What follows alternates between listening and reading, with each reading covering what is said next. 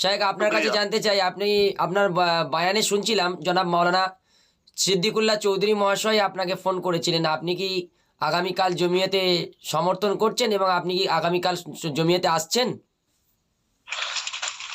আমি অবশ্যই, ইনশাআল্লাহ, আমি আগামীকাল কলিকাতায় যাব এবং কাল যে সভা হবে সে সভায় আমি উপস্থিত হব এবং প্রত্যেককে বলবো এখানে তবলিগ নয়, দেওবন্দ নয়, ফুরফুরা নয়, আমাদের হক আদা করার জন্য, আমাদের নিজের সম্পদ বুঝে নেবার জন্য আমাদের প্রত্যেকে হাতে হাত রেখে আমাদের প্রতিবাদ করতে হবে, আমাদের গর্জে উঠতে হবে।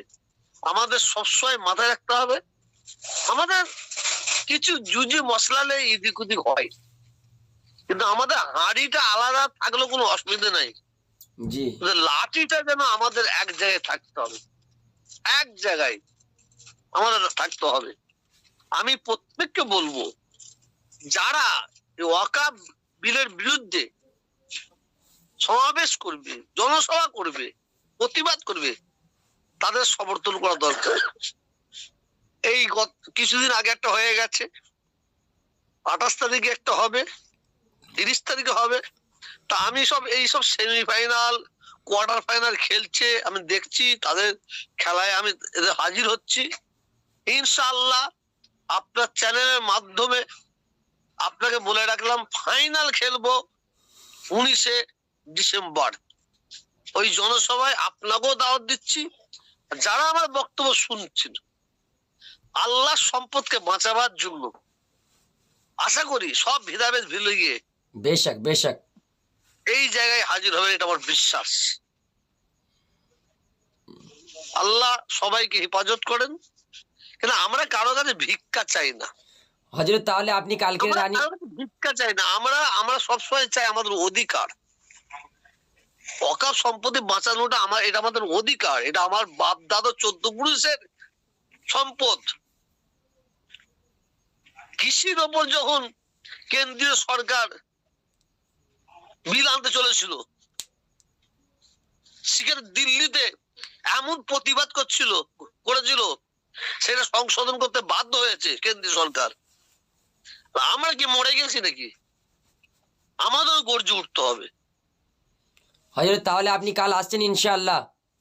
কালকে আপনি ইনশাআল্লাহ, হযরত, আপনি কালকে তাহলে সিদ্দিকুল্লাহ চৌধুরী সাহেবের ডাকে সাড়া দিচ্ছেন ইনশাআল্লাহ? সবাই যারা করবে, আমার ক্ষমতা থাকা অবস্থায়, শরীর সুস্থ থাকলে আমি যাবো। তো ইনশাআল্লাহ।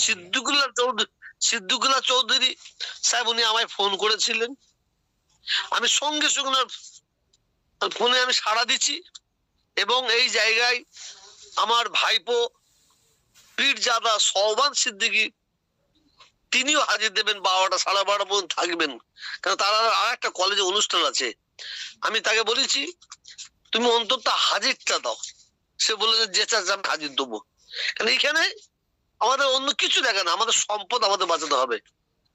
আমাদের ওয়াকাফ সম্পত্তি, আমার বাপ শুয়ে থাকবে, একটা ওয়াকাফ সম্পত্তি যে বিলটা আনছে, ওয়াকাফের যে বিলটা আনছে, সেখানে ডিএম এর হাতে দেওয়া হবে, দুটো করে অমুসলিম থাকবে, কেন দেবত্ব সম্পত্তিতে হাত দিক না? জি, আসলে এই সরকারের মুসলমানদের পাচার তলায় না চুলকালে এই সরকারের আরাম হয়নি। এই সরকারের ওই ভারতবর্ষের উচ্চ শিক্ষায় শিক্ষিত ছেলে মেয়েরা কিভাবে জব পাবে, চাকরি পাবে, বেকার ছেলে মেয়েরা কিভাবে কাজ পাবে, কলকারখানা করি, এর ইস্যু নাই। এদের ইস্যুটা হচ্ছে মন্দির মসজিদ, হিন্দু মুসলিম। হ্যাঁ, আর এদের বিশেষ করে মাঝে মাঝে থেকে মুসলমানদের পাতের তলায় কামড়াবে, হ্যাঁ, আঁচড় দেবে, এদের এই উদ্দেশ্য। ইনশাআল্লাহ আমরা এই প্রতিবাদ করে, আমরা ওয়াকাফ বিল তার বিরোধিতা করে ইনশাআল্লাহ আমরা সাকসেস হব। জাযাকাল্লাহু খাইর। প্রিয় দর্শক, আপনারা আলোচনা শুনছিলেন ফুরফুরা শরীফের মুখ্য নির্দেশক জনাব হযরত মাওলানা তোহা সিদ্দিকী হাফিজাহুল্লাহ মহাশয়ের মুখ থেকে। তিনি ঐক্যের ডাক দিলেন, তবলিগ ভুলে যান, আহলে হাদিস ফুরফুরা একত্রিত হয়ে ওয়াকাফ সম্পত্তির জন্য যারাই ডাক দেবেন তিনি তোহা সিদ্দিকী মহাশয় উপস্থিত থাকবেন বলে এর চূড়ান্ত একদম ঘোষণা জানালেন এবং সকলকে তিনি আহ্বান জানালেন এক হয়ে কাজ করার। আল্লাহ রাব্বুল আলামিন হযরতকে জাযায়ে খায়র দান করুন। হুজুর আসসালামু আলাইকুম। 19শে ডিসেম্বর সবাইকে আমি আসার জন্য অনুরোধ করলাম। এবং প্রিয় দর্শক প্রত্যেকের কাছে অনুরোধ করলেন 19শে ডিসেম্বর প্রত্যেককে ফাইনাল খেলা অর্থাৎ ফাইনাল রাউন্ড হওয়ার জন্য তিনি চূড়ালো হুঁশিয়ারি দিলেন এবং প্রত্যেকের কাছে আবেদন করলেন যে হুজুর স্থানটা একটু বলে দেবেন। কলিকাতা রানী রাসমণিতে, কলকাতা রানী বেলা 12টা রাসমণিতে থেকে ইনশাআল্লাহ। 4টে পর্যন্ত। ঠিক আছে ইনশাআল্লাহ। আসসালামু আলাইকুম। আল্লাহ হাফেজ।